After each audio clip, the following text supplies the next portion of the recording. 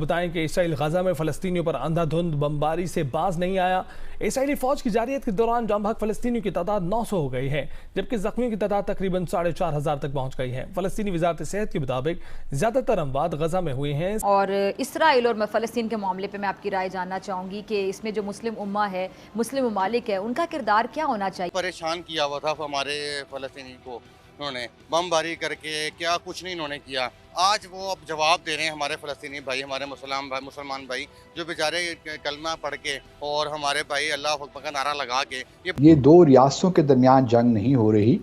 یہ ایک آکوپائر اور آکوپائڈ لوگوں کے درمیان ایک معاملہ ہے۔ اور اسرائیلی وزیر اعظم نیتنیاہو نے حماس کو ختم کرنے کی دھمکی دے دی، کہا جنگ کا فیصلہ حماس نے کیا تو اسے جنگ ہی ملے گی۔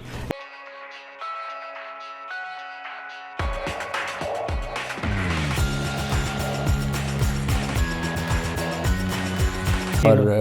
مشرق وسطی کی بھی کہ رات گئے تک کوشش رہتی ہے تازہ ترین معلومات حاصل کرنے کی، جو بھی چیزیں کہیں سے ملتی ہیں اسے پڑھتا رہتا ہوں اور ڈسکشن کرتا رہتا ہوں اس پہ۔ میں اپنی اس رائے پر میرے یقین مزید پختہ ہو گیا جو کل میں نے آپ سے عرض کی تھی کہ اس واقعے کے بہت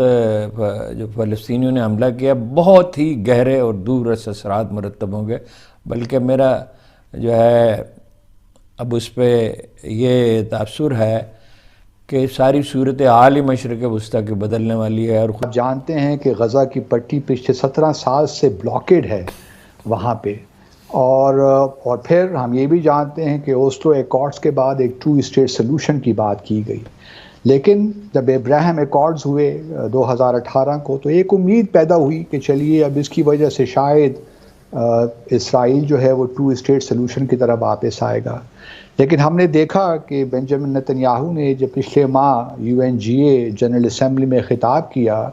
اس میں جو نقشہ انہوں نے دکھایا نیا، اس میں فلسطین بالکل غائب کر دیا۔ اور اس وقت جو اسرائیل میں حکومت ہے فار رائٹ حکومت ہے، ایکسٹریمسٹ ہیں، تو کوئی 2 اسٹیٹ سلوشن کی طرف نہیں آ رہا۔ اب جب فلسطینی پچھلے 74-75 سالوں سے اس ایک محاصرے کی اس کیفیت میں ہیں تو ان سے اب کیا توقع رکھ سکتے ہیں، وہ کیا کریں؟ آزادی کے لیے آبویسلی آزادی کی تحریکوں میں اس طرح ہی ہوتا ہے، کبھی اپس ہوتے ہیں کبھی ڈاؤنز ہوتے ہیں، لیکن اگر اسرائیل کی یہ خوش فہمی ہے کہ وہ اس تحریک کو دبا دے گا، یا بھارت کی یہ خوش فہمی ہے کہ وہ آزاد جموں اور کشمیر کی تحریک کو دبا دے گا، یہ ہوتا نہیں ہے۔ تو میرا اپنا خیال یہی ہے کہ یہ پہلے تو ہمیں، اور آپ نے بالکل صحیح فرمایا کہ پاکستان کے دفتر ہمارا جو ریاکشن آیا بہت ہی مائلڈ تھا، کم از کم یہ فرق تو ہم واضح کرتے کہ ایک آکوپائڈ فورسز کے خلاف آزادی کی جد و جہد ہے، ہم نے اس فرق کو ہی مٹا دیا، اور ہم نے اپنا جو ایک اصولی موقف ہمیشہ کشمیر کے حوالے سے بھی رہا، فلسطین کے حوالے سے بھی رہا، ہم نے اس کو بھی انڈرمائن کیا۔ مجھے نہیں معلوم کہ کیوں ہم نے اس قسم کی، اس سے بہتر تھا کہ اسٹیٹمنٹ ہی نہ دیتے، اپنا جو اصولی موقف ہے اس سے ہم پیچھے ہٹے۔ اب دیکھنا یہ ہے کہ کل عرب لیگ کا اجلاس ہونے جا رہا ہے، اس میں بھی آبویسلی ڈیویژنز ہیں، سعودی عرب اور کچھ اور ممالک چاہیں گے کہ عبدالباسط صاحب بڑے ادب کے ساتھ میں آپ کو ایک بات بتاؤں، OIC کا مطلب ہے OIC بس نہیں، میں عرب لیگ کی بات کروں، عرب لیگ بھی کوئی ڈیفرنٹ نہیں ہے، وہ بھی ڈیوائیڈڈ ہے۔ OIC کا تو ایران نے کہا، کال دی کہ OIC کا اجلاس ہونا چاہیے، لیکن عرب لیگ نہیں چاہے گی کہ ایران کسی ایسے کنکلیو میں شامل ہو جہاں اس کی پارٹیسپیشن اس وقت ہو۔ لیکن صورتحال گھمبیر ہے، نو ڈاؤٹ، لیکن اس کو آپ جو اسرائیل کا ڈومیسٹک پولیٹیکل سین ہے اس کے کانٹیکسٹ میں بھی دیکھیے نا، کہ بنجامن نتنیاہو کرپشن کے الزامات، فار رائٹ گورنمنٹ، اور ان کو تو چاہیے کہ تھوڑی سی سچویشن ایسکلیٹ ہو، اور پھر یہ جو ان کو بہانہ ملے اور ایران کو کس طریقے سے ڈریگ ان کریں، حالانکہ ایران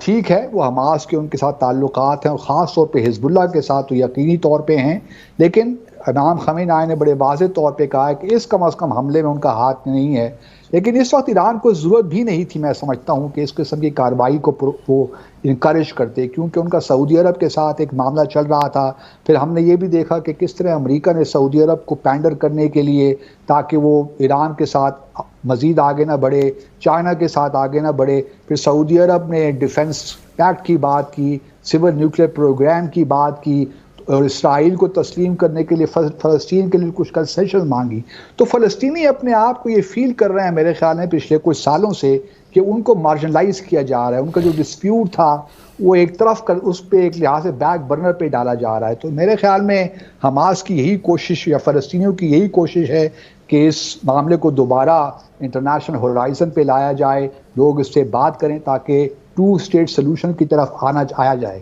اب 2 اسٹیٹ سلوشن کے آنے سے مطلب یہ ہرگز نہیں ہے کہ اگر اسرائیل کسی طور ایگری کر بھی جاتا، جو کہ بہت مشکل لگ رہا ہے انڈر دا گیون سرکمسٹانسز، تو اس کا ہرگز مطلب یہ نہیں ہے کہ 2 اسٹیٹ سلوشن ہو ہی جائے گا، فلسطینی ریاست قائم ہو ہی جائے گی، کیونکہ اس وقت جو ایک مزاج بنا ہوا ہے خاص طور پہ ویسٹ ایشیا میں، مجھے نہیں لگتا کہ پاسبل اس وقت ہے، اور خاص طور پہ نتنیاہو کے ہوتے ہوئے۔ اور پھر یہ بھی یاد رہے کہ امریکہ میں بھی اس اگلے سال الیکشن ہونے ہیں، تو پریزیڈنٹ بائیڈن بھی اپنے آپ کو اس طرح پوزیشن کر رہے ہیں کہ وہ دیکھے جائیں کہ بڑے اسٹرانگ لیڈر ہیں اور he can take tough decision. حالانکہ اس وقت ضرورت اس امر کی تھی کہ سچویشن کو ڈی ایسکلیٹ کرتے، ہیومینیٹیرین کرائسس بلڈ ہو رہا ہے، میرے خیال میں 1 ہفتے یا 10 دن کا ان کے پاس فوڈ ہے، اور اب آگے کیا ہوتا ہے واللہ عالم، لیکن صورتحال آبویسلی فلسطینیوں کے لیے بہت مشکل ہے۔ اور ہمارا یہ میں سمجھتا ہوں کہ جہاں تک پاکستان کا تعلق ہے، جو ہمارا عوام کے جو ایک لحاظ سے جذبات ہیں،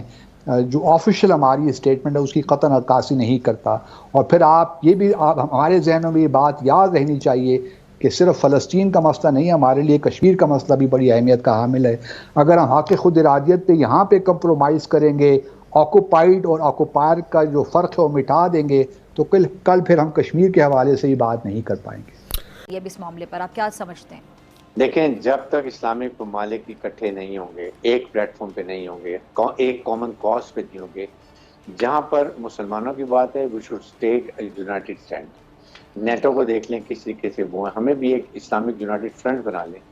جس میں کم از کم اکنامک میٹرز، یہ ریلیجن میٹر، ڈیسیکریشن کی جو ہوتی ہیں ایشو تھے، اور اس کے بعد ایون سے کہ ہم